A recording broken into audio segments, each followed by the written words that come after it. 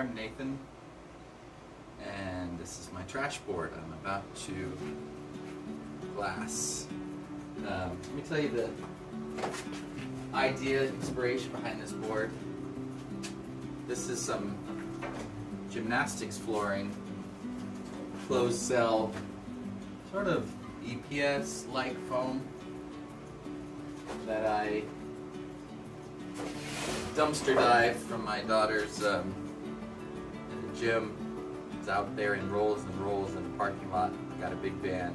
It's sort of this rough, very rough textured foam. It's quite different.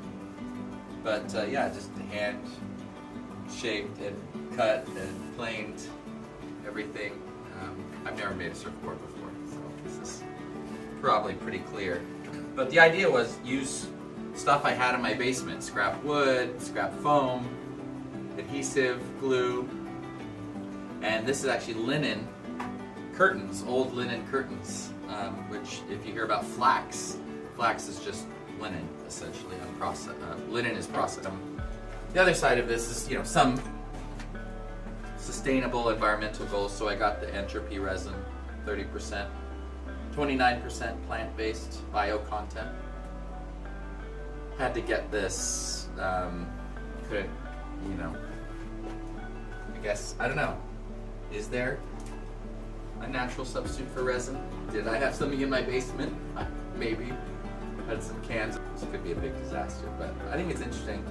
I know there's a lot of, issues with foam, and if we can take foam from other sources like the floors of gyms, that can still be made into some sort of low-cost recycled ocean craft, that would be pretty cool. So, see how it turns out.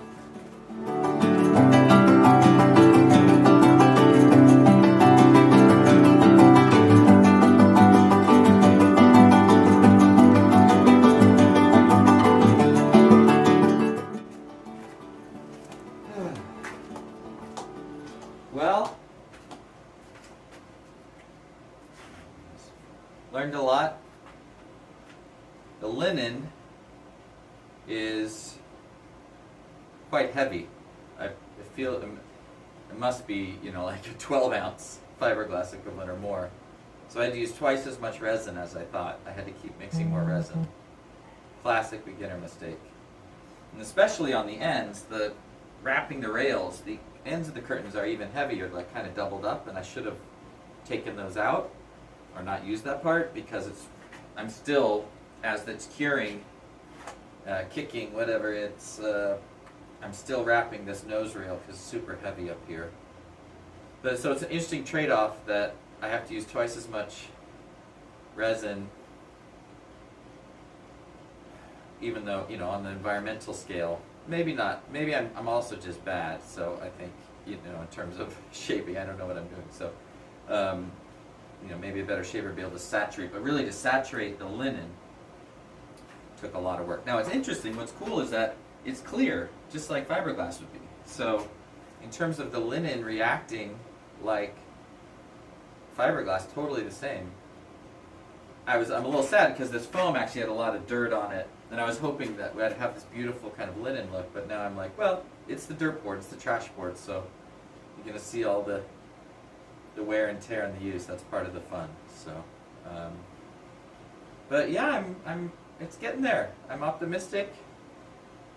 Got a lot of resin on me, again, total amateur, but in fact, it all kind of worked otherwise as I expected. I mean, I'm so happy how smooth the linen is, and I could work out a lot of the kinks and stuff that at first were tricky, because it was reacting like fabric more than like fiberglass cloth. But I'm really optimistic now that this thing may actually feel like a surfboard under your arm once all this cures. So stay tuned. More. I got to get a lot more resin.